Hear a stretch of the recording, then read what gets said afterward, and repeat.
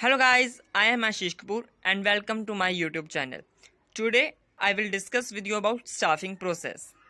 But before starting, if you can't subscribe my channel then click on bell icon, yet you get all notifications about my latest videos. And watch this video till the end. So let's start from an introduction. कहते किसी भी organisation की success उसकी growth किस पर depend करती है? उसके एम्प्लॉयज़ पर, उसकी एम्प्लॉयज़ की मेहनत पर, उस एम्प्लॉयज़ के टैलेंट पर। ठीक है, इसलिए ऑर्गेनाइजेशन क्या करती है? राइट पर्सन्स को अपॉइंट करती है राइट पोजीशन के लिए, ताकि वो अपने गोल्स को अचीव कर सके। ठीक है जी। इसके बाद है हमारे पास मीनिंग। अब मीनिंग में हम स्टाफिंग के बारे में क्या बताएंगे? स्टाफिंग क्या है? स्टाफिंग एक मैनेजरियल फंक्शन है जो कि ऑर्गेनाइजेशन में वेकेंट पोजीशन को पूरा करता है। स्टाफिंग का मतलब क्या होता है? Manning of organisational structure. ठीक है, मैनिंग का मतलब क्या होता है? मैनिंग का मतलब अपनी ऑर्गेनाइजेशन में एम्प्लॉयज़ को अपॉइंट करना। ठीक है, ये एक हाईलाइट है, या बनाकर आएंगे। इसमें क्या है? स्टाफिंग में क्या होता है? परमानेंट एम्प्लॉयज़ आ जाते हैं हमारे, daily veg worker, contract based worker और हमारे कंसल्टेंट्स। ये थोड़ा वर्ड क्लियर नहीं है तो आप अपनी कॉपी और पेन लेकर लिख सकते हैं। मैं दोबारा रिपीट कर रहा हूँ, क्या है ये? Permanent employees, daily veg worker, contract based worker and consultants. ठीक है जी। इसके बाद आप डेफिनेशन देंगे। Staffing include recruitment, selection, training, development and compensation the employees. मतलब स्टाफिंग में क्या इन्वॉल्व होता है? हमारी एम्प्लॉयज़ की रिक्रूटमेंट, एम्प्लॉयज़ की भर्ती, उनकी सिलेक्शन, उनकी ट्रेनिंग कैसे करनी है ऑन द जॉब या ऑफ द जॉब, उनकी डेवलपमेंट कैसे करनी है, उनकी स्किल्स नॉलेज को कैसे डेवलप करना है, उनको कैसे कंपनसेशन देनी है, सैलरीज कैसे देनी है, ये सब हमारा किस में आ जाता है? स्टाफिंग में। ठीक है, ये डेफिनेशन थ्यू हाइमन द्वारा दी गई है। ओके जी। इसके बाद आप एनालिसिस देंगे 3 to 4 लाइंस का। एनालिसिस में आप देंगे कि जो भी आपको ऊपर मीनिंग डेफिनेशन से क्लियर हुआ है, तो मुझे ये क्लियर हुआ कि स्टाफिंग का किससे संबंधित रखता है? अपनी जो ऑर्गेनाइजेशन में जो ब्लैंक पोजीशन है उसको फुलफिल करना। कैसे फुलफिल करना? अपनी ऑर्गेनाइजेशन के लिए राइट पर्सन्स को अपॉइंट करके। ठीक है जी। इसके बाद आप फीचर्स देंगे। ये जो फीचर्स हैं ये हमारे शॉर्ट क्वेश्चंस में भी आ जाते हैं, तो ये इसलिए मैंने आपको ऐसे करवाया है। ये हमारे जो अंडर ग्रेजुएट स्टूडेंट्स हैं, अगर ये लॉन्ग क्वेश्चन आता है प्रोसेस ऑफ स्टाफिंग का, तो ये आप फीचर्स इन्वॉल्व कर आएंगे। जो हमारे स्कूल स्टूडेंट्स हैं वो वे फीचर्स लॉन्ग क्वेश्चन में नहीं लिखेंगे। ठीक है जी। तो स्टार्ट करते हैं पहले फीचर से। ये क्या है? मैनेजरियल फंक्शन है। लाइक स्टाफिंग का एक मैनेजरियल फंक्शन है, जैसे हमारे planning, organising, directing, coordinating, controlling, ये सभी मैनेजरियल फंक्शन है। वैसे स्टाफिंग किया है मैनेजरियल फंक्शन है जो कि आप इनमें आपसी संबंध बनाए रखता है। नेक्स्ट पॉइंट है हमारे पास रिलेटेड विद ह्यूमन रिसोर्स। जो स्टाफिंग है वो ह्यूमन रिसोर्स के साथ डील करता है। ठीक है, क्योंकि स्टाफिंग में हमारे क्या आते हैं? एम्प्लॉयज़ आ जाते हैं, स्टाफ आ जाता है। ठीक है। नेक्स्ट है हमारा प्रिवेसी फंक्शन। प्रिवेसी फंक्शन मतलब यूनिवर्सल फंक्शन। ये हमें हर लेवल पर ज़रूरी होती है, चाहे वो टॉप लेवल है, मिडल लेवल है, लोअर लेवल है। ये हर एक लेवल पर जो स्टाफिंग है वो रिक्वायर्ड है, इसलिए ये क्या है? प्रिवेसी फंक्शन है, यूनिवर्सल फंक्शन है। ठीक है। इसके बाद आपका आता है कॉन्टिन्यूस प्रोसेस। अब स्टाफिंग क्या है? नेवर एंडिंग प्रोसेस है, इसका कोई अंत नहीं है, ये लगातार काम करता रहता है। ठीक है। नेक्स्ट पॉइंट है कि इसके बाद हमारा performance of staffing affected by internal और एक्सटर्नल इन्वायरमेंट। जो स्टाफिंग की परफॉर्मेंस है वो हमारे internal as well as external environment द्वारा प्रभावित होती है। ठीक है। इसके अलावा जो स्टाफिंग है वो एम्प्लॉयज़ को जॉब सेटिस्फेक्शन प्रोवाइड करता है। कैसे? राइट पर्सन्स को राइट जॉब देकर। ठीक है, इससे जो एम्प्लॉयज़ हैं उनको सेटिस्फेक्शन मिलती है। ये क्या है, ऑप्टिमम यूज़ ऑफ रिसोर्स। अब स्टाफिंग है तो स्टाफिंग में हम किसके साथ डील करते हैं, ह्यूमंस के साथ, तो ये ह्यूमन रिसोर्सेज को प्रॉपर वे से यूज़ करता है। ठीक है जी। यदि किसी को यहाँ तक कोई प्रॉब्लम है तो वो वीडियो को रिवाइंड करे और इसे देख ले।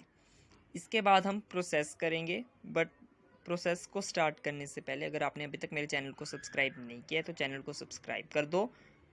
और ये जो फीचर्स हैं ये हमारे under graduate students long question में इंक्लूड करेंगे, और जो हमारे स्कूल स्टूडेंट्स हैं वो ये फीचर्स नहीं लिखेंगे। और ये फीचर्स जो हैं वो हमारे 5 मार्क्स के लिए भी इम्पॉर्टेंट है, मतलब शॉर्ट क्वेश्चंस के लिए भी इम्पॉर्टेंट है। तो आगे हम प्रोसेस को स्टार्ट करते हैं। ये है हमारा प्रोसेस में हमारे 10 स्टेप्स इन्वॉल्व हैं। ज़रूरी नहीं है कि आपने ऐसे ही डायग्राम बनाना है, आप अपनी प्रेजेंटेशन से भी कोई ना कोई डायग्राम क्रिएट कर सकते हो। ठीक है, चाहे आपको प्रोसेस ऑफ स्टाफिंग आ जाए, प्रोसीजर आ जाए, या फिर स्टेप्स ऑफ स्टाफिंग आ जाए, ये एक ही आंसर है। इसमें जो पहला स्टेप है that is manpower planning, second recruitment, selection, training and development, then placement and orientation, remuneration, performance evaluation, promotion and transfer, retention and separation. ठीक है, इनको हम एक एक कर डिस्कस करेंगे, और इसके नोट्स जो हैं वो मैं आपको लिंक के थ्रू डिस्क्रिप्शन बॉक्स में दे दूंगा और अपनी इंस्टा आईडी में भी अपलोड कर दूंगा। तो स्टार्ट करते हैं। तो पहला स्टेप क्या है, मैन पावर प्लानिंग। इसमें क्या है, in man power planning involve estimation of number of employees and kinds of employees. इसमें क्या क्या इन्वॉल्व होते हैं, टाइप्स ऑफ एम्प्लॉय और नंबर ऑफ एम्प्लॉयज़। ठीक है, कि कितने हमने नंबर ऑफ एम्प्लॉयज़ रखने हैं, कौन सी किस्म के एम्प्लॉयज़ रखने हैं। ठीक है, इस स्टेप में क्या होता है, जो हम वर्कर्स की रिक्रूटमेंट को फोरकास्ट करते हैं कि हमने इन फ्यूचर कौन से वर्कर्स, कौन से एम्प्लॉयज़ को अपॉइंट करना है। ठीक है, ये हाईलाइट आप बनाकर आएंगे। उसके बाद सेकंड स्टेप है रिक्रूटमेंट। रिक्रूटमेंट में क्या है, रिक्रूटमेंट एक पॉजिटिव प्रोसेस है जिसका मीनिंग क्या है कि ज़्यादा से ज़्यादा कैंडिडेट को अपनी ऑर्गेनाइजेशन में अप्लाई करने के लिए अट्रैक्ट करना। ये काम कैसे पूरा हो सकता है, थ्रू इंटरनल और एक्सटर्नल सोर्सेज से। ये एक हाईलाइट है, ये हाईलाइट आप बनाकर आएंगे। इसमें क्या कह रहे हैं कि invitation to more applicant for vacant position. ठीक है, हमें अपने जो एप्लीकेंट हैं उनको इनवाइट करना। क्यों इनवाइट करना, ताकि वो हमारी वेकेंट पोजीशन के लिए ट्राई करें। ठीक है, इसके बाद नेक्स्ट स्टेप है हमारा सिलेक्शन। रिक्रूटमेंट एक पॉजिटिव प्रोसेस है जबकि सिलेक्शन एक नेगेटिव प्रोसेस है। इस स्टेप में क्या होता है कि हम जो सूटेबल कैंडिडेट्स हैं उनको सिलेक्ट कर लेते हैं। कैसे सिलेक्ट करेंगे, किस बेस पे सिलेक्ट करेंगे, उनकी क्वालिफिकेशन, उनकी स्पेशलाइजेशन के बेस्ड पर।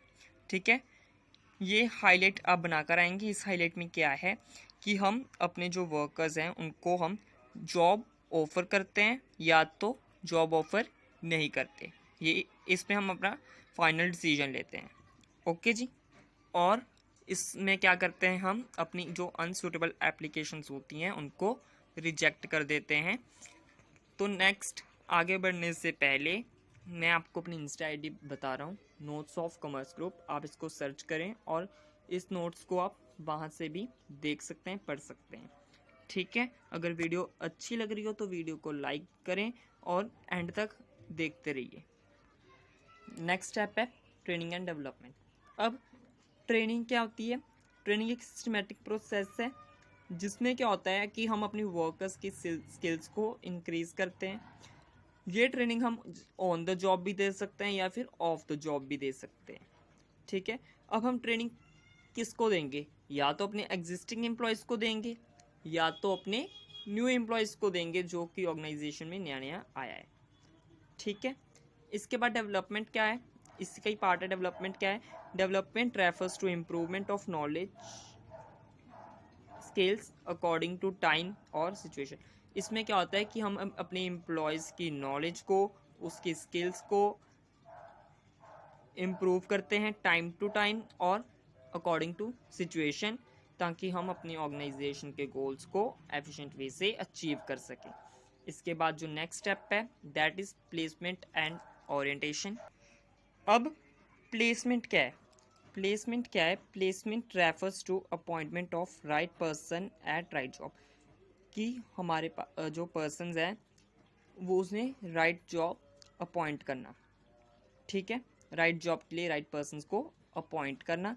अब डिटेल्ड एक्सप्लेनेशन क्या है? इस लेवल पे क्या होता है, जो सिलेक्टेड कैंडिडेट्स होते हैं, ठीक है, जो सिलेक्टेड कैंडिडेट्स होते हैं उन्हें एक प्रॉपर प्लेस दे दी जाती है अपना टास्क को परफॉर्म करने के लिए।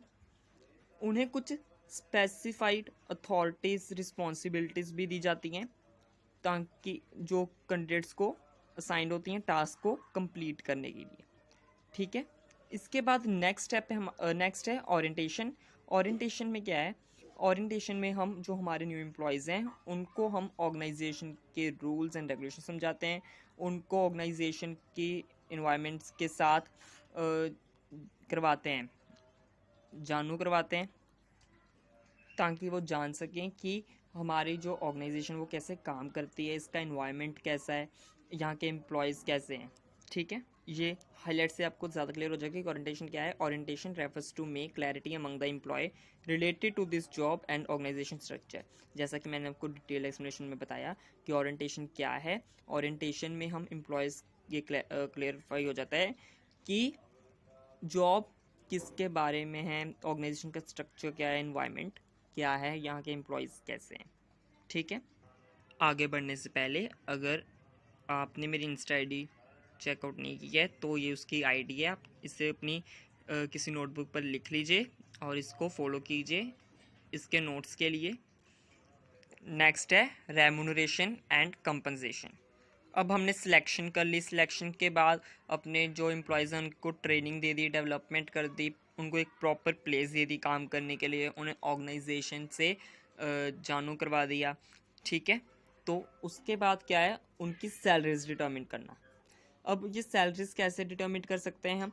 उनके काम का नेचर क्या है, उनका एक्सपीरियंस कितना है, हमारी ऑर्गेनाइजेशन की फाइनेंशियल एबिलिटी कितनी है, ठीक है। इस बेसिस पर हम उनकी सैलरीज को डिटर्मिन करते हैं, ठीक है। ये एक क्लाउड है, इसमें क्या है, it refers to amount of salary and other perks.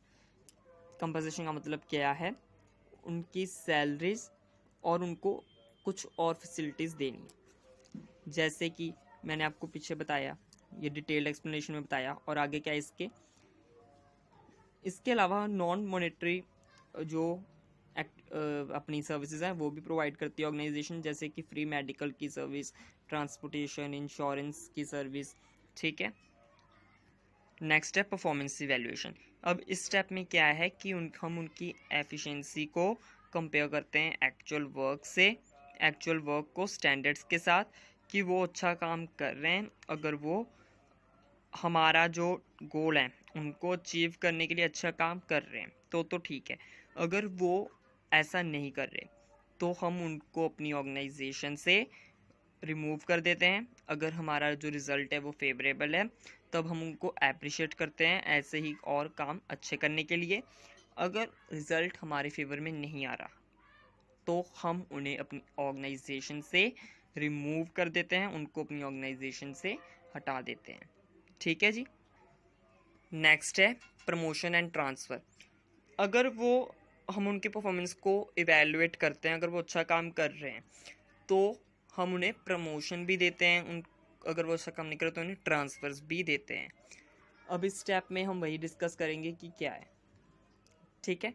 Promotion का मतलब क्या है, ये आपको हाईलाइट से क्लियर हो जाएगा कि आप सुपरवाइज़र हैं, आपको मैनेजर की पोस्ट पर भेज दिया गया, आपको प्रमोट कर दिया गया। क्यों प्रमोट कर दिया गया? क्योंकि आपका काम जो है वो अच्छा हो रहा है, आप डेवलप कर रहे हो, इसीलिए, ठीक है। हमने प्रमोशन में यही बताना है in this step. Efficient employees shift to upper level from their present level. कहते कि हमारे पास जो एफिशिएंट एम्प्लॉयज़ हैं हम उनको अपर लेवल पर शिफ्ट कर देते हैं।